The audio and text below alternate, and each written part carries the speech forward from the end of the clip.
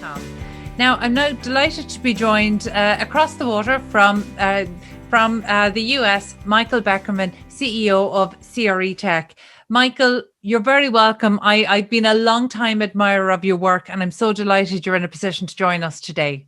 Carol, it's my absolute pleasure. I'm a fan of your work as well, and happy to spend a few minutes with you today. Well, thank you. Now, I'm hoping that our audience will be well familiar with your work because we share it often through PropTech Ireland. You know, one of the things we're really keen to do is share the experiences and the learnings from industries that are a little more developed than ours when it comes to not just PropTech and tech for commercial real estate, but also a very exciting initiative that you're working on, which is around climate and sustainability. And that's a really big focus for today. But maybe for people who aren't familiar, you might just give a little bit of background to yourself and CRE Tech. Yeah, thanks, Carol. So we've been on a mission at CRE Tech for, say, the last 8 years or so about helping the real estate industry as a whole embrace technology and innovation. It's an industry that obviously that you know incredibly well that historically has not made the investments, both in terms of dollars and people and tools and applications in technology and innovation, simply because they never really had to. The industry worked incredibly well for generations. But so we set out to build this community globally. And thanks to friends like you and your colleagues, it's not just the US, but it's a global audience approaching probably close to 100,000 professionals. So, you know, our main business has been physical conferences, obviously now virtual conferences. We also have a streaming platform called CRE Tech Plus, where we take a lot of our video content and stream that in a format very similar, obviously, to a Netflix type of product. So it's the community consists of venture. It consists of startups, and it consists of the end users, which will be the corporates, the landlords, brokerages, asset managers, construction companies, and what have you. So it's a pretty big audience. And pre-COVID, I would tell you that the amount of money coming into the ecosystem was extraordinary. Every year it was seemingly doubling and tripling into the multiple billions. The number of startups on the scene what was extraordinary, 7,000 at last count, focused on this sector, but adoption was still always slow, right? COVID was an extraordinary accelerant for the wrong reasons, of course, of technology in all industries. And we saw it obviously in real estate. So now we're finally starting to see some adoption on the real estate tech side of things. You know, that's really positive to hear, but why, in your opinion, was the built environment seemingly immune to digital transformation for decades? Yeah, right, Carol. It's, you know, those that come into the industry and don't have the experience say that you have, what they'll say is, oh, it's archaic, or it's old fashioned, or it's slow to adopt change. That's not the case. The industry worked very well as for generations. It just, you know, the architects had a role, and the financing aspect of the industry had a role, construction, leasing, marketing, things just worked the way they worked. So, and the industry was thriving, you know, so there was no real external impetus to try and get the industry to embrace technology. In most other industries, there is, right? So in retail, it was e-commerce. It kind of forced, you know, the retail industry to adopt to technology and change. In finance, it was a lot of the day traders that forced the big banks to try and adopt to technology. And in real estate, sadly, it was COVID. So now we're at the point where they're also working from home largely, or they're having to bring people back into their spaces in a healthier and safer way. They're having to transact where not everybody's in the office. And what they're learning is they're getting better as a result of all these investments that they're making. The core challenge, though, still remains, Carol, that there's not an infrastructure in place for real estate companies to vet, invest, and adopt technology. They don't have the people, they don't have the processes, so that's where we're still a little bit behind. And also, you know, as my friend Steve Weichel at MIT calls it, you know, the fracking of real estate technology. There's just simply too many individual siloed solutions So it makes it hard for the real estate industry to adopt all of these individual solutions when they don't even have the resources to do so. That's why we're starting to see more of end-to-end solutions that are being built by the technology companies. And those are the ones that are really starting to scale. Um, I absolutely agree with you in terms of this siloed and quite disjointed rollout of innovation. You know, we see it at a kind of a micro level within smart buildings, and we see it at a macro level kind of within smart cities. But for your own business and your own team at Cretech, but you know, you're an events business, so actually this was probably the time where you had to practice what you preach. And I'm asking this question kind of twofold, because one, I'm genuinely curious to see how you were able to do it together with your own team, but also you're actually one of the resources that opens up these silos of innovation to people. So actually without that platform, where are people getting the information? So I mean, how have the last 12 months been for you and your team?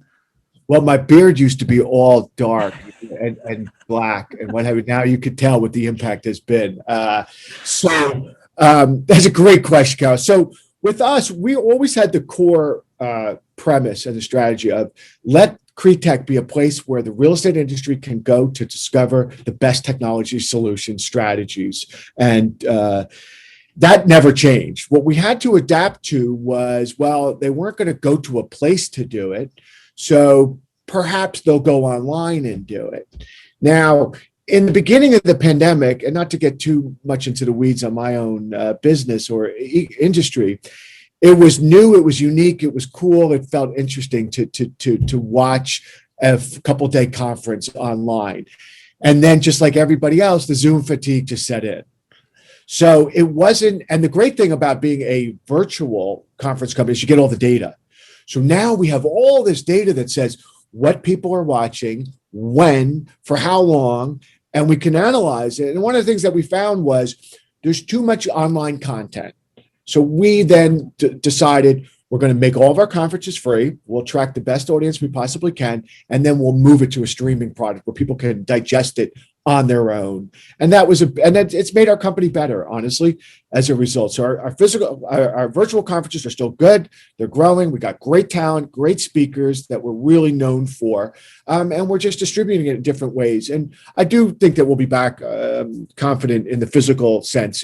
We'll have something planned in Europe at the end of this year, as well as New York. So we'll come back. And I'm delighted to hear that. But I'm fascinated just in relation to the data about what this industry is watching, you know, what topics were of interest. Tell me, what most surprised you when you looked at it? Well, a couple things. We did an event recently where we're doing these matchmaking events online, and there's no content. It's just, you know, creating the huge audience that Cretech has and delivering sort of just this matchmaking platform for a day. And it's been extraordinary, and the feedback is incredible. So one of the things that we learned is people want to connect, but they want like-minded, you know, smart connections that are valuable to them in whatever they're selling, promoting, learning, trying to digest. So that works. There's a great demand for just pure networking online, other than, you know, in a non, you know, other than LinkedIn, obviously, but like this.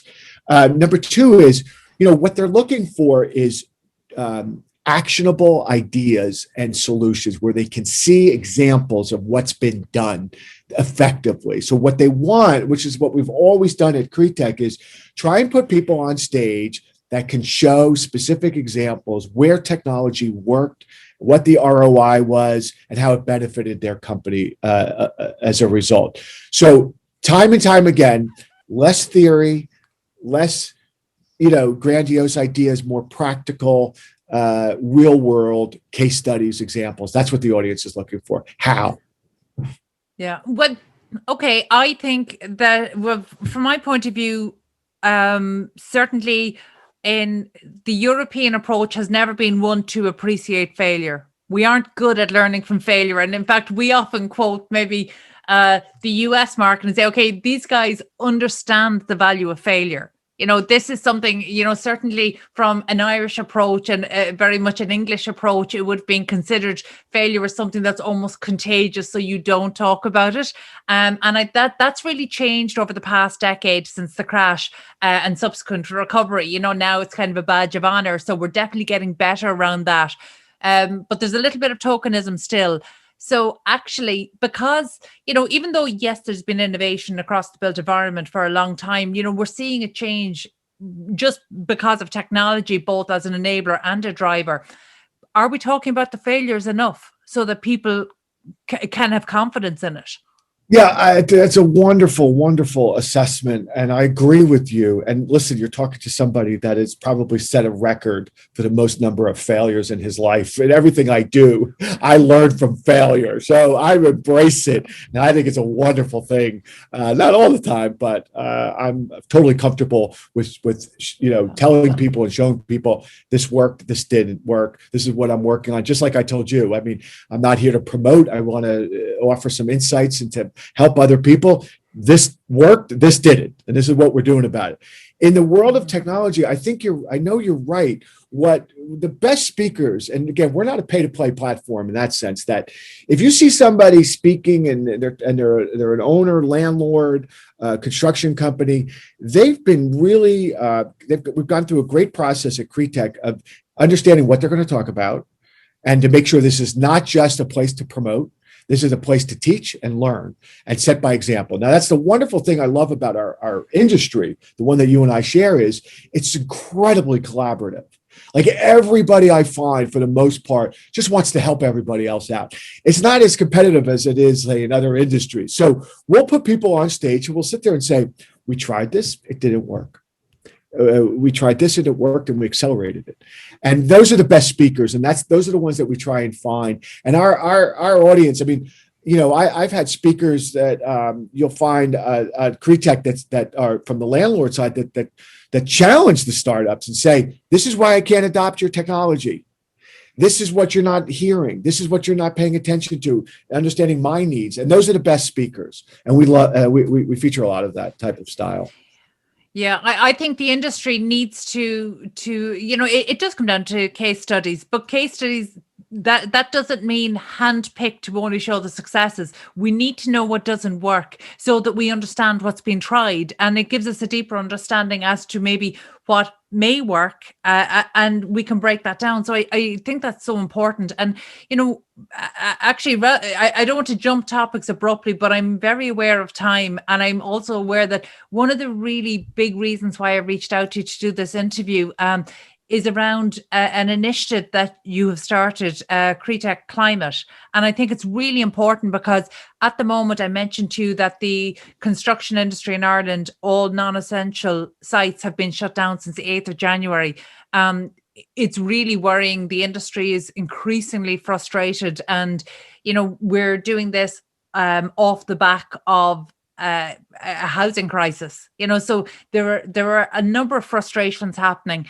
And one of the concerns that we have, just by stepping back from the chaos and taking a bigger look, is that, one of the things that happened is that in the COVID crisis, we almost lost sight of what was happening in terms of Brexit, which is continuing to have a massive impact on the industry in Ireland.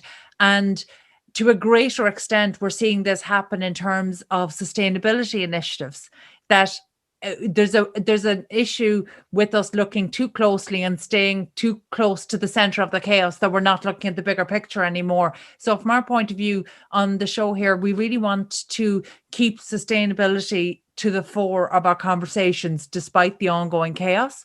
And from that point of view, I was looking at some interviews that you've done recently and around the launch of Cretech Climate. I think it's really interesting. I think it's something that in Ireland we can really stand to learn from. So you might just take us through that.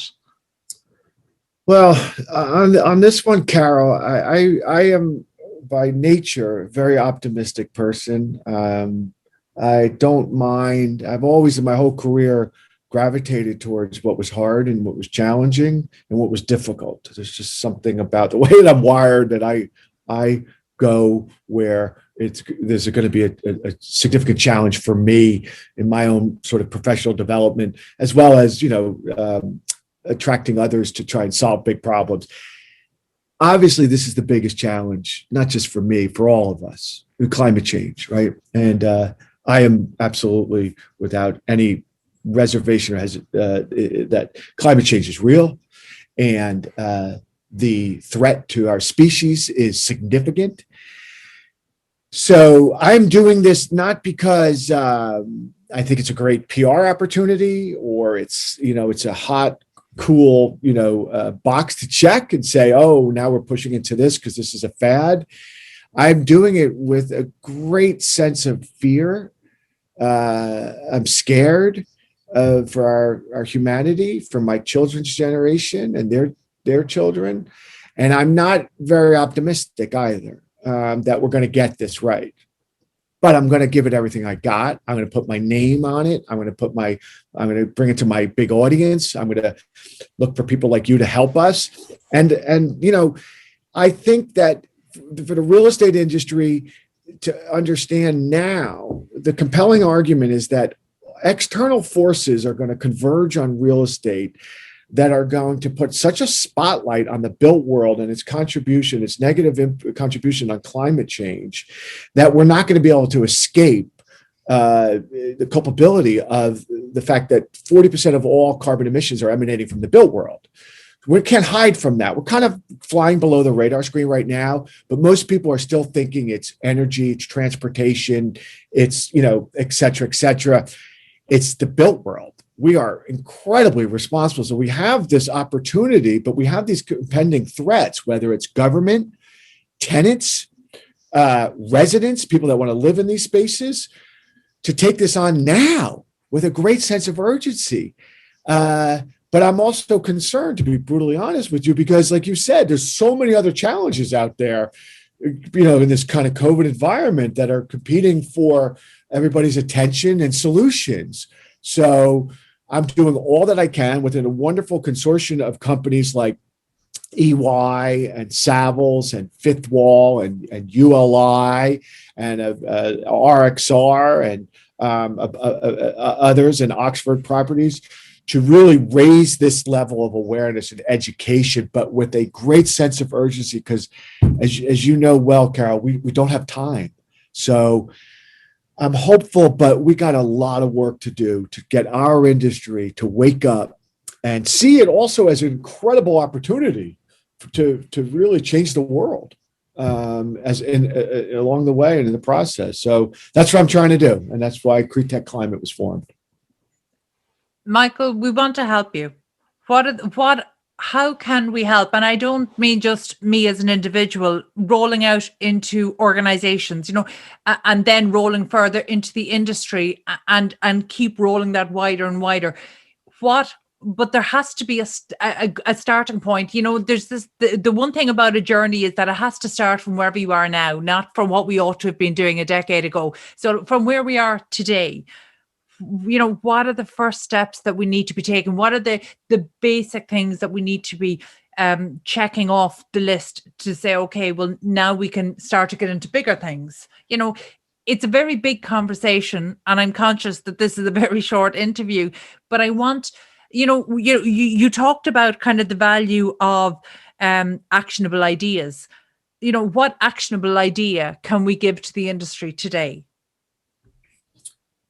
Well, honestly, I think the first step is just join CREtechClimate.com. Sign up. It's free. It's a daily newsletter. We need people first to get involved, right? That's step one. I could give you a list of extraordinary solutions, technology solutions that are out there that the companies could start to look at, but we need people. We need to build a community, and fast. I don't have 10 years like I built with CREtech to get 100,000 people. I've got to get that now. So the first thing we need to do is mobilize an army of people who care and are passionate about this in all walks of the built world. right? So I don't care what your title is, what your company is, just join this movement. And once we start to build the community, then we could bring into the thought leaders into the conversation. Then we could bring in government. Then we could bring in their technology solutions. There's some great investors in Europe as well, 2150, AO PropTech, and there's many others that are doing good work.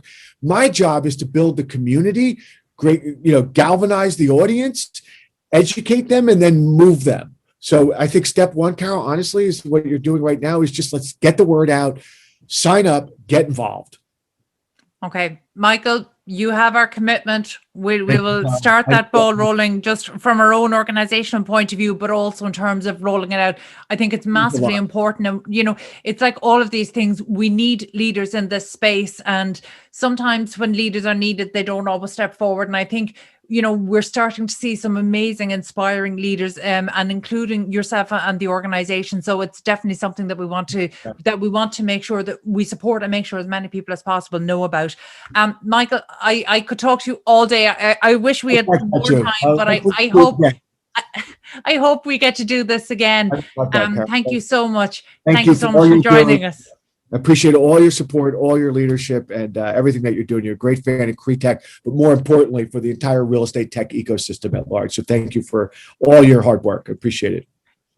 Michael, I normally have to pay for such praise. Thank you so much. That's it. That's it from us today on Property Matters on Dublin South FM. You can get in touch with the show on social media at iPropertyRadio or by emailing hello@iPropertyRadio.com. Also, my thanks to Peter Rice on sound and to show producer Katie Talon of Hear Me Roar Media. And just on a personal note, after more than 2 years as our producer, today is Katie's final show as she moves on to Pastures Green. So she's moving on to one of Ireland's leading media groups, and we're not at all bitter about it. We wish her the very best of luck.